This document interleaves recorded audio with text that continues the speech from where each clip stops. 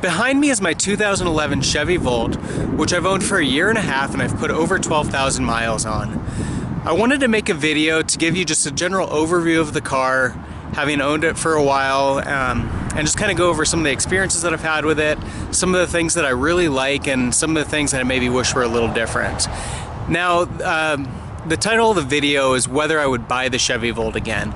And I want to start off by saying that yes, I would. It's an excellent car. I've been really impressed with the ride quality, just kind of the general quality of the vehicle overall.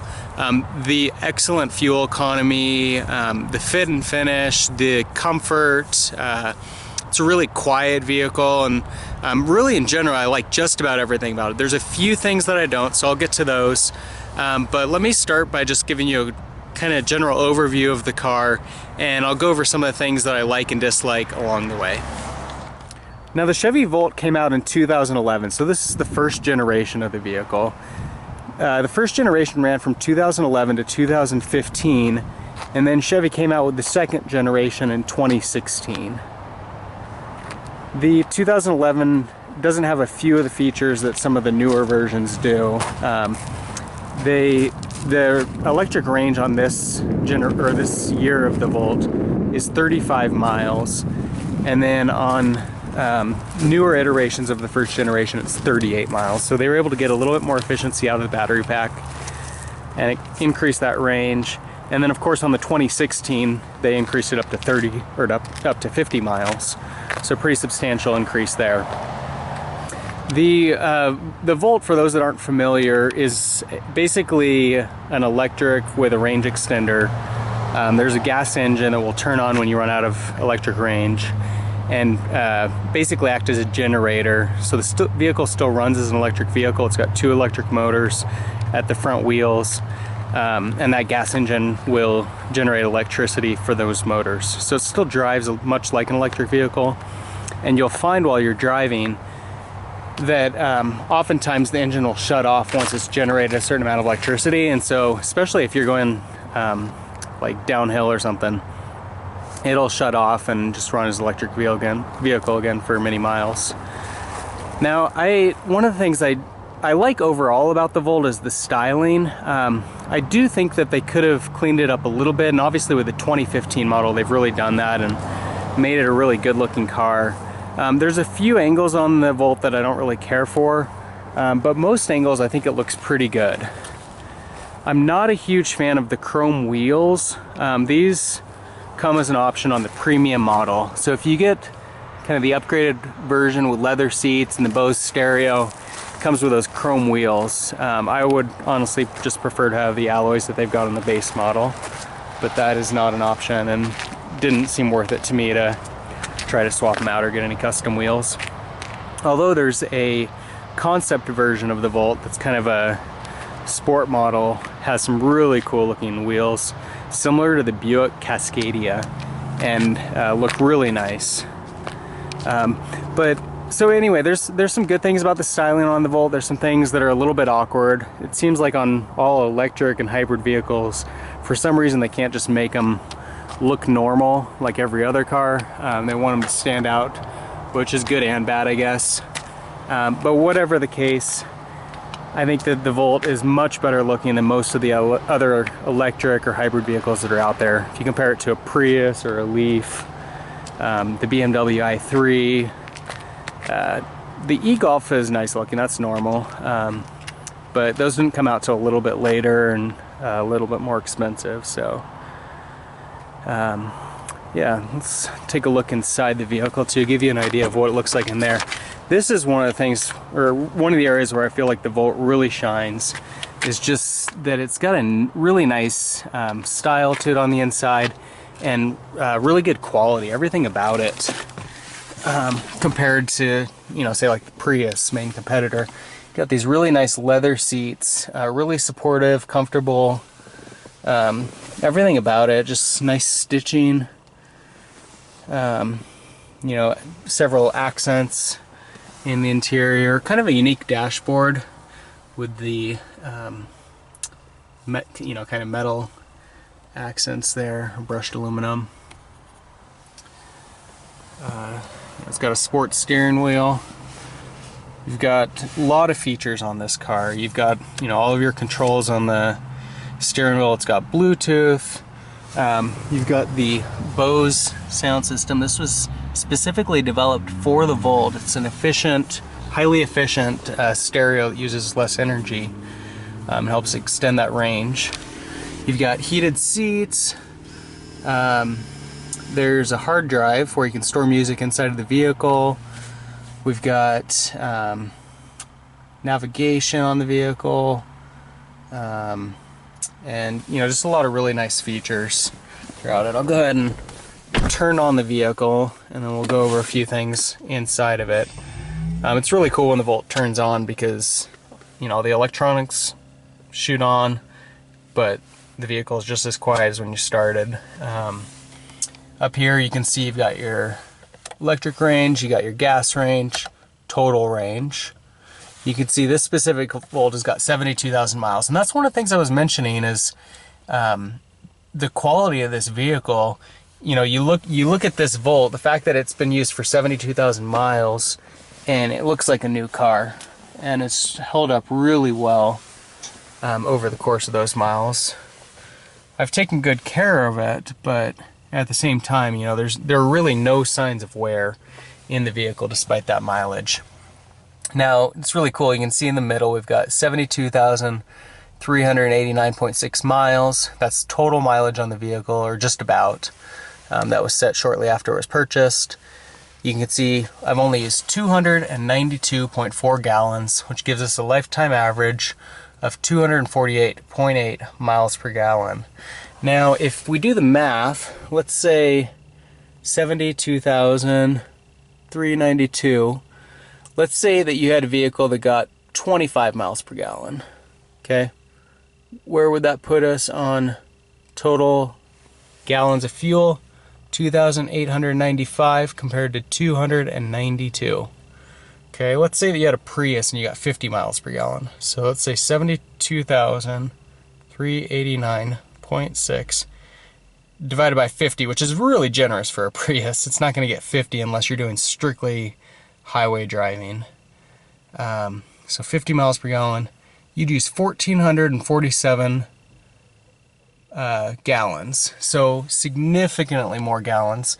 Now, that's not to say that you're using that much more energy, because the Volt is still using electricity, but if one of your primary goals is to reduce your oil consumption, the Volt's an excellent vehicle for that.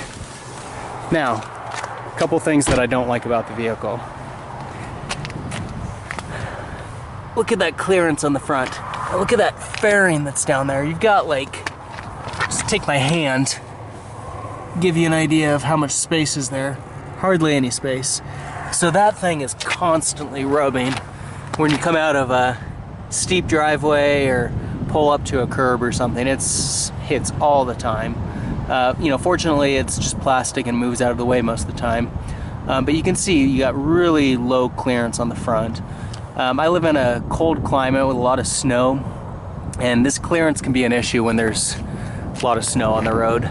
Fortunately, we've had another four-wheel drive vehicle that we can use when there's snow, but if this was your only vehicle and you lived in a place with a lot of snow, better have some good snow tires and keep a shovel in the vehicle. Other things that I don't like, the car honks all the time. Drives me crazy. Plug it in to charge it, car honks once it's charging. I don't know why they couldn't just have lights that flashed. You turn on your bright lights, shine your bright lights at another car that's passing by, car honks. Let's say you have it plugged in and the alarm or the doors are locked, pull the plug out, sets off the alarm. That can be good and bad, because I guess if somebody were to unplug the car, maybe it'd be good to have the alarm go off. In some ways I think that's kind of bad too, because then what if they do it as a joke or prank or something and unplug it and you're not around to plug it back in, or someone else doesn't plug it back in, it's just going to sit there honking. But yeah, so anyway, that gets kind of annoying. I think that they could reduce how much honking is necessary. And that is honestly it. So we've got the clearance, the honking issue, And then, like I mentioned before, I don't like the chrome wheels, and there's certain angles. Actually, this is one angle of the Volt that I don't really care for. I think it looks kind of dorky from that angle.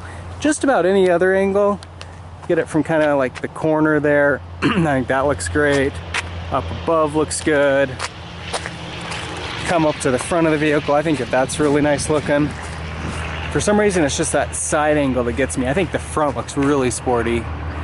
It's got LED lights on both sides. I really like the grille. It's got that silver on there. So overall, a good looking car. So those are my gripes. Not a whole lot on it. Like I said, it's really been a great car in every way. I have owned mostly Audis actually, and the comfort and handling and quality of the vehicle is, I'd say, nearly on par with Audi. You know, obviously there's some exceptions to that. I think the Audis, obviously, they're much nicer designs. You know, if you look at like the interior, just the attention to detail is really nice in a car like that. But you're also paying a huge premium for an Audi, so that makes sense. The handling, you know, for being a front-wheel drive, I think is on par if you compared it with a front-wheel drive Audi. Seats are just as good, and obviously this isn't at all in the same category as an Audi, but it's impressive to me how nice it is in comparison. Now, as far as driving, the Volt is a great car too. Like I mentioned, it's really quiet in the cabin. You know, obviously part of that's because there's not a combustion engine, and so, you know, you're not gonna have the noise from that. Pretty much all that you've got is road noise and wind noise, and the car's pretty well insulated to where that's not really an issue. And so you just have a nice quiet ride, especially, you know, when you're in town and stopped at stoplights, almost, you know, virtually silent. The Volt has some really good performance aspects to the handling. Is really impressive for a car like this. I think it has a lot to do with the battery pack and the fact that you've got a lot of weight that's centered really low in the middle of the vehicle. And so, you know, you've got all that weight that's really low. It handles really nicely around corners and curves. And so that's really nice. The steering's got a really nice stiff feel to it, a lot more than what I've experienced with any other American cars that I've driven in the past. I think that they've come a long way with that, probably in part due to the flack that they get for, you know, in most American brands with, you know, a lot of play in the steering. The acceleration on the Volt is, you know, a lot of fun too. Being an electric car, you've got that instant torque, and so it is really easy to get it to peel out. There's 3 driving modes. There's a normal driving mode that's going to be your most efficient and really the mode that you want to leave the vehicle in most of the time. But you've also got your mountain mode, which basically just kind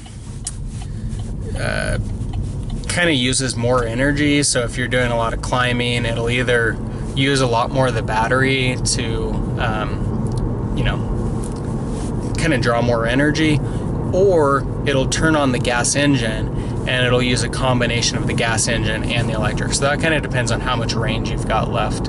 And then there's also the sport mode, and the sport mode basically just makes it drive a little bit more aggressively and accelerate a little quicker. And so that's really nice if you're merging onto a highway or you know, at a stoplight and you feel like accelerating hard. The 0 to 60 time is actually not that fast. It's surprising. I want to say that it's around like 9 seconds, but when you accelerate in the car, it feels a lot faster than that. And I think that what it is that probably your like 0 to 20 or 0 to 30 time is pretty quick, and then once you get beyond that, it's not quite as fast getting all the way up to 60. But that initial acceleration is really quick, and so it's a lot of fun to drive, you know, when you're in town or you know, accelerating to try to pass the car next to you and merge into their lane or something. It's really fun to be able to do that. So, you know, overall, as far as performance and handling, the Volt drives very nicely. So that gives you just an idea of what it's been like my time owning the vehicle, some of the perspectives, things that I like, don't like about the vehicle. If you have questions, if you're in the market for a Volt or would like to know anything else about it, leave a comment in the section below and I will try my best to answer that for you.